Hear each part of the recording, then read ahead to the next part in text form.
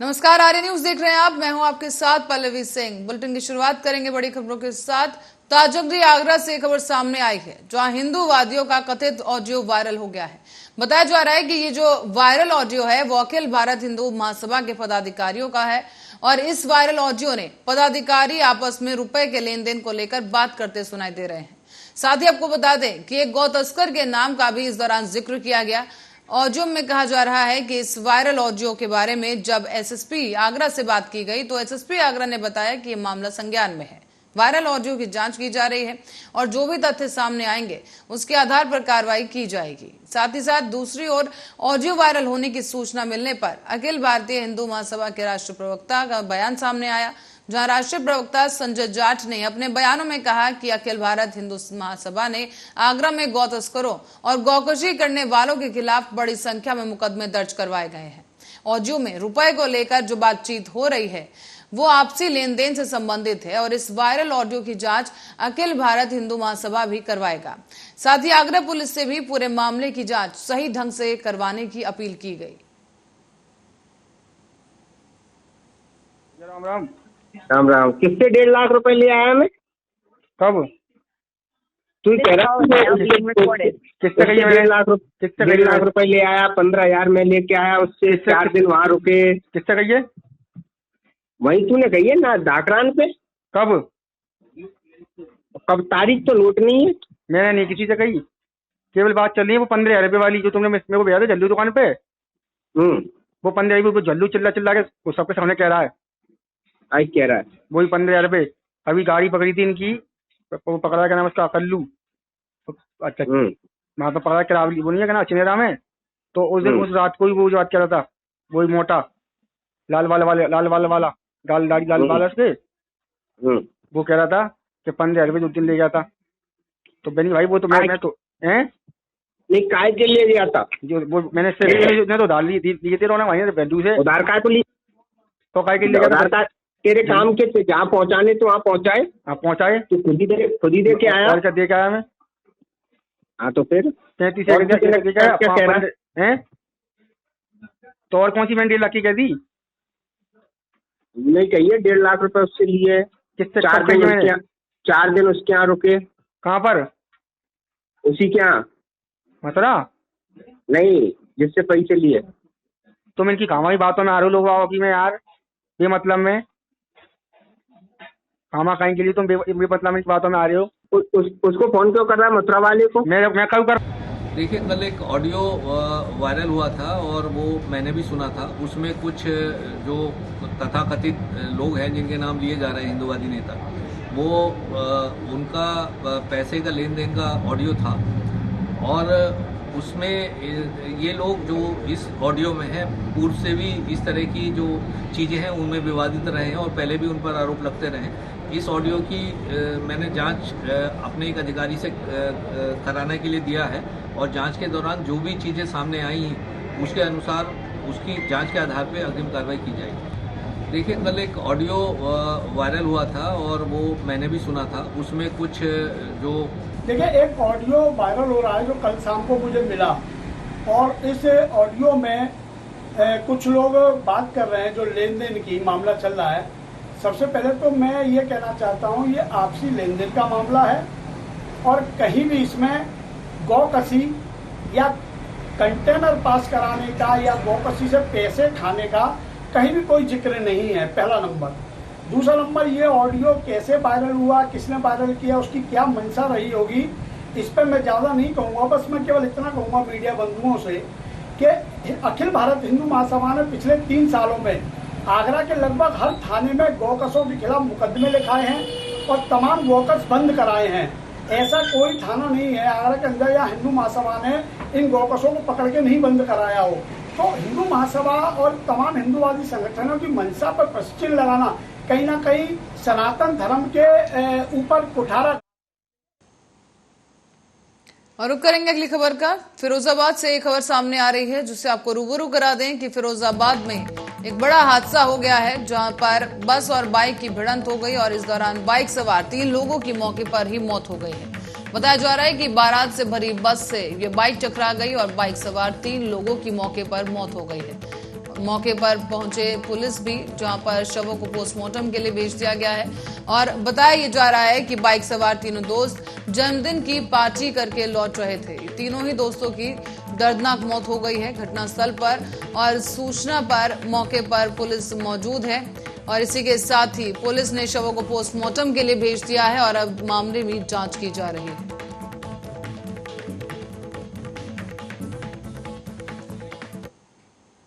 खबर रायबरेली से है, जहां मामूली बूंदाबांदी और एक परिवार के लिए काल बन गई।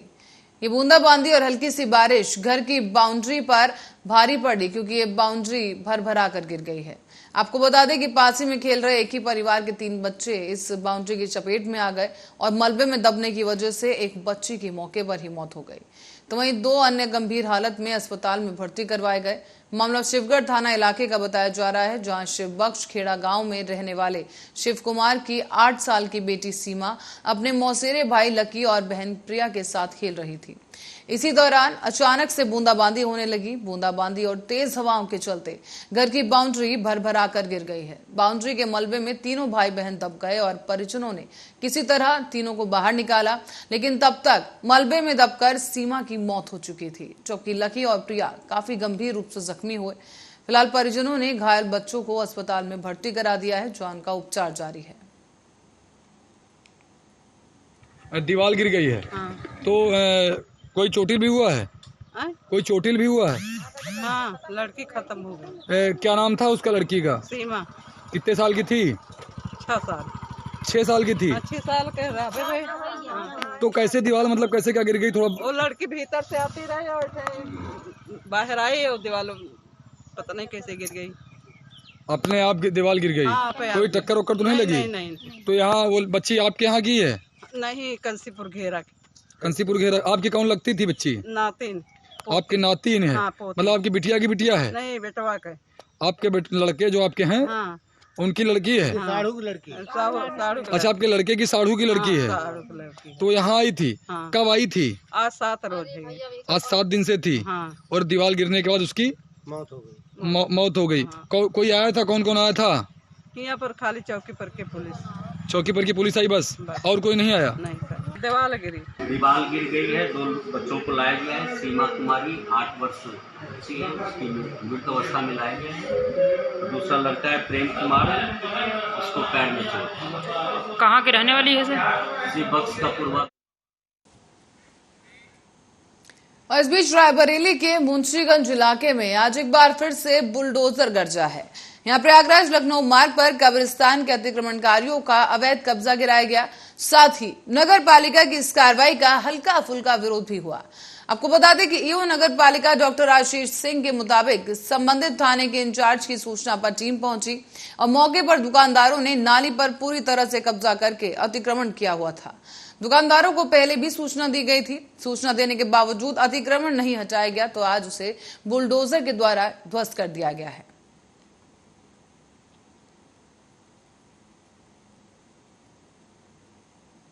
बढ़ते अगली खबर की ओर। उच्चहार कोतवाली क्षेत्र के पचखरा गांव में 2 लोगों के बीच विवाद हो गया। ये विवाद बढ़ गया और विवाद के बीचों बीच मना करने के लिए पहुंची एक महिला की इन दबंगों ने लाठी डंडों से पिटाई कर दी। बता दें कि महिला को बुरी तरह पीटा गया है, जिससे वो काफी गंभीर रूप से घायल हुई। और उसी हालात में पड़ोसियों की सूचना पर पुलिस और एम्बुलेंस मौके पर पहुंची, जिसके बाद महिला को सीएचसी पहुंचाया गया है। उसे प्राथमिक उपचार के बाद जिला अस्पताल रेफर कर दिया गया। साथ ही पुलिस को भी मामले की सूचना दी गई। उसे प्राथमिक उपचार के बाद जिला अस्पताल में भर्ती कराया गया है। सीएचसी अधीक्षक डॉक्टर मनोज कुमार शुक्ल ने बताया है कि मारपीट में घायल हुई इस महिला को सीएचसी ले जाया गया था, जिसे प्राथमिकी उपचार के बाद गंभीर हालत में जिला अस्पताल रेफर किया गया है। घर के मतलब परिवार के दौरान। अच्छा, क्या हुआ इनको? इनको आपस में दोनों भाई लड़त रहे। कौन लड़ रहा था? वही रामू। अच्छा। रामू दोनों भाई इनके द्वारे लड़त रहे थे, कहीं कि हमारे द्वारे से न लड़ो, अपने द्वारे लड़ो जी। तो वहीं पर ये उनका छोड़ के इनका मारे लागे। अच्छा। ये झाड़ू लगाती रही। किसने मारा है? रामू। अच्छा, रामू कौन गाँव के हैं? गाँव के द्वारे की है। काहे से मारे हैं? मोट के लाठी लिए रहे। अच्छा, लाठी से। ज्यादा चोटें आई हैं महिला को? आप देखे हमें 3-4 घाव भये हैं। अभी अस्पताल लेके आए इनको? हाँ। अभी थाने। और बीते जुम्मे की नमाज के बाद प्रयागराज समेत कई अन्य जिलों में बवाल की घटनाओं से सबक लेते हुए रायबरेली जिला पुलिस और पुलिस प्रशासन पूरी तरह से अलर्ट मोड पर है। जिला और पुलिस किसी भी अप्रिय घटना से निपटने के लिए भी तैयार है। साथ ही दूसरे जिलों में हुई घटना के बाद रायबरेली जिला प्रशासन सड़क पर उतर आया है और संवेदनशील इलाकों में भारी पुलिस बल के साथ फुटमार्च किया गया। एसपी आलोक प्रियदर्शी समेत जिला प्रशासन और पुलिस प्रशासन के अन्य अधिकारियों और भारी फोर्स के साथ जुम्मे की नमाज से पहले जिले भर में पुलिस की गश्त बढ़ा दी गई। आपको यह भी बता दें कि संवेदनशील इलाकों में पीएससी की टुकड़ियां भी तैनात कर दी गई हैं और पुलिस अधीक्षक के मुताबिक पूरे जिले में सुरक्षा के व्यापक इंतजाम किए गए।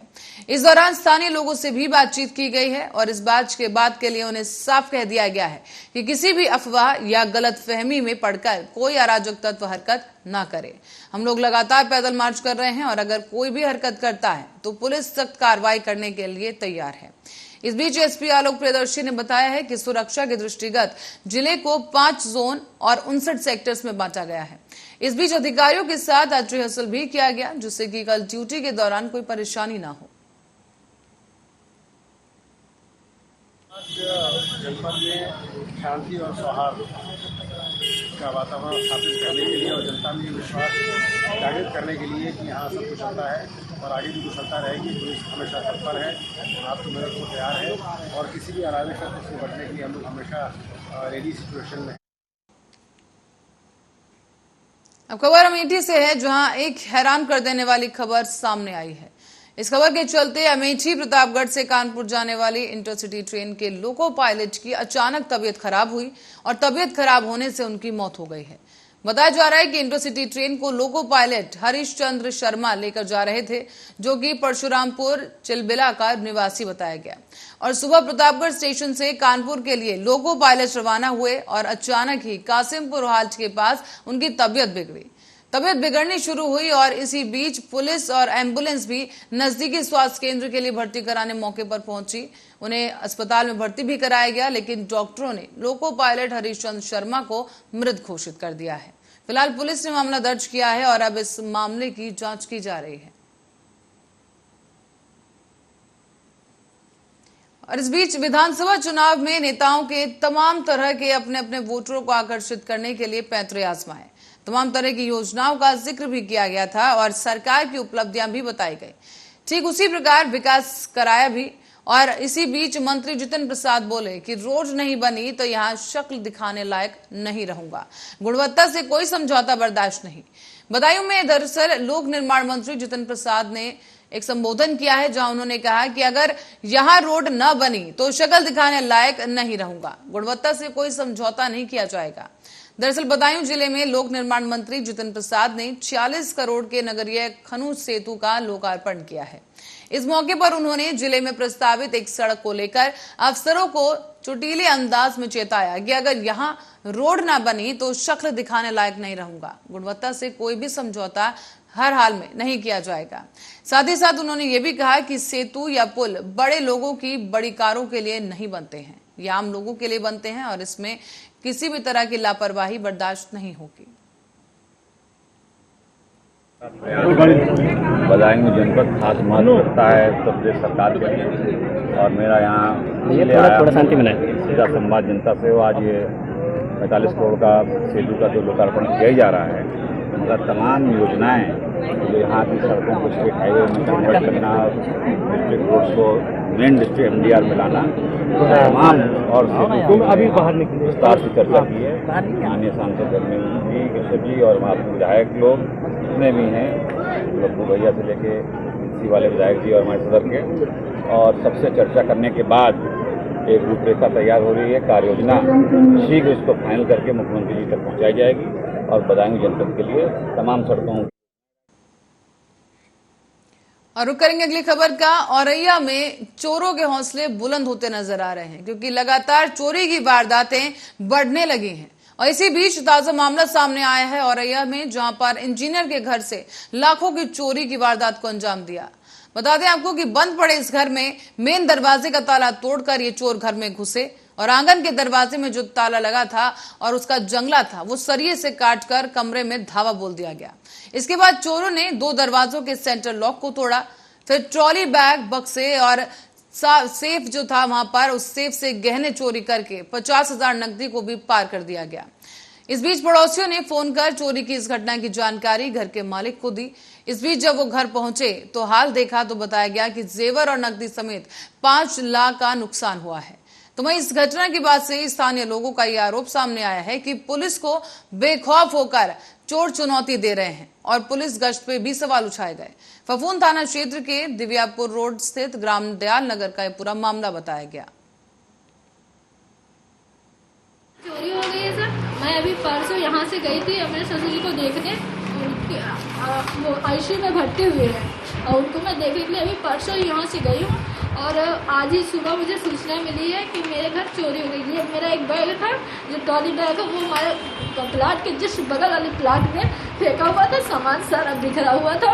इसलिए बगल वालों को सूचना मिली कि यहाँ सामान बिखरा हुआ। वो लोग हमें फ़ोन किए, वीडियो बजा के भेजे कि आपका सामान सारा बिखरा हुआ है और आप आ जाइए। मैं वहाँ से भागी हूँ, यहाँ आई हूँ। आने के बाद मैंने देखा मेरे मेन गेट जो उसका ताला टूटा हुआ था, उसके अंदर आने के बाद जो मेरा गेट है उसमें इंटरलॉक लगा हुआ था, इंटरलॉक भी टूटा हुआ है और जो ताला लगा था ताला का लॉक तोड़ दिया गया है। गेट के ऊपर जो विंडो लगी होती है वो विंडो भी काट के फेंक दिया गया है। जस्ट उसके अंदर आने का दूसरा जो दरवाजा है उस रूम में इंटरलॉक भी तोड़ दिया गया है और ताला भी काट दिया गया है। उसके अंदर जाने के बाद हमारा एक छोटा सा अलमारी है, उसको भी खोला गया है।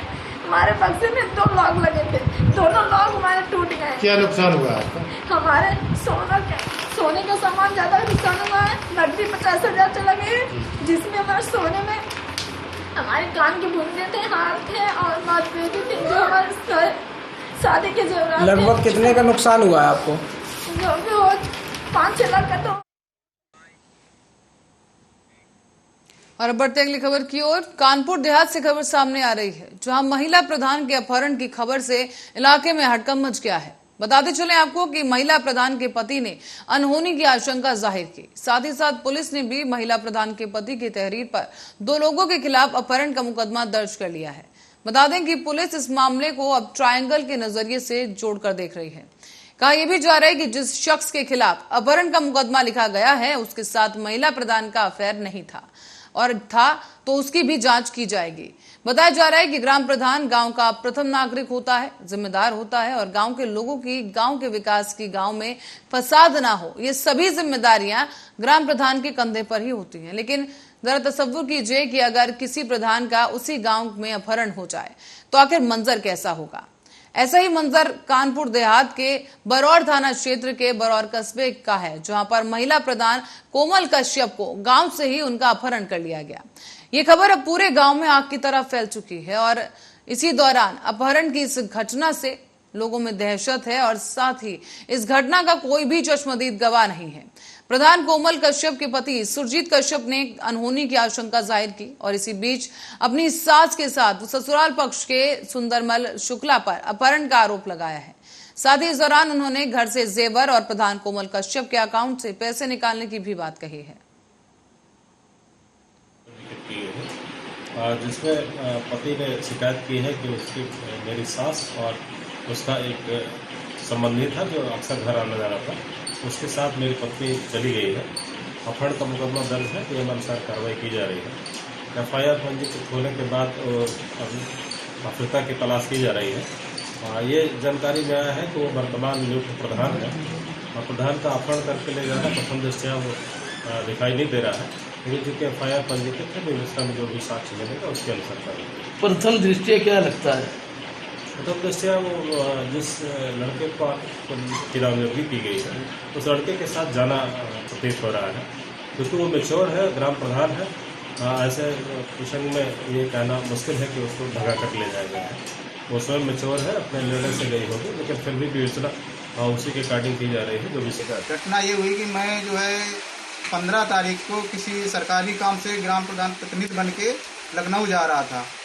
उसी दिन की घटना है कि जब मुझसे लोकेशन मेरी सास ने पूछा और उसी समय जब मैं आया मुझे मालूम नहीं और सास ने अपहरण करवा दिया सुंदरम के साथ। ये सुंदरम शुक्ला ये जो है उन्हीं के साथ रहता था। मेरी वाइफ की बड़ी बहन के साथ लव मैरिज थी इसकी पहले। अच्छा, क्या क्या करता है वो? कहीं पहले कुछ कानपुर में करता था, अब पता लगा दिल्ली में कुछ करता है। जी। तो पुलिस ने क्या कार्रवाई की? पहले मैंने अपनी रिश्तेदारियों में ढूंढा, सास मुझे बकायदे फिर दिया, तो अभी तक कोई सुनवाई नहीं हो पा रही है। कोई मुकदमा दर्ज हुआ? मुकदमा दर्ज हुआ। मुझे ये भी है कि मेरी पत्नी को जान मान का ये मुझे डर है।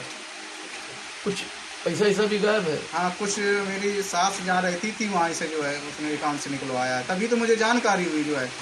10:30 बजे मुझसे लोकेशन सास ने लिया और 11:28 में पैसे निकाले गए वहाँ पे। क्या चाहते हो? मैं ये चाहता हूँ कि जो इन लोगों को गिरफ्तारी और मेरी पत्नी आए, सकुशल आ जाए। जी जी जी, मुझे डर है कि उसके साथ कुछ गलत ना हो जाए। तो पुलिस क्या कार्रवाई नहीं कर रही है? पुलिस अभी तक सटीक। और इसी खबर के साथ ही बुलेटिन में फिलहाल के लिए इतना ही। आप बने रहे हमारे साथ, देखते रहे RN।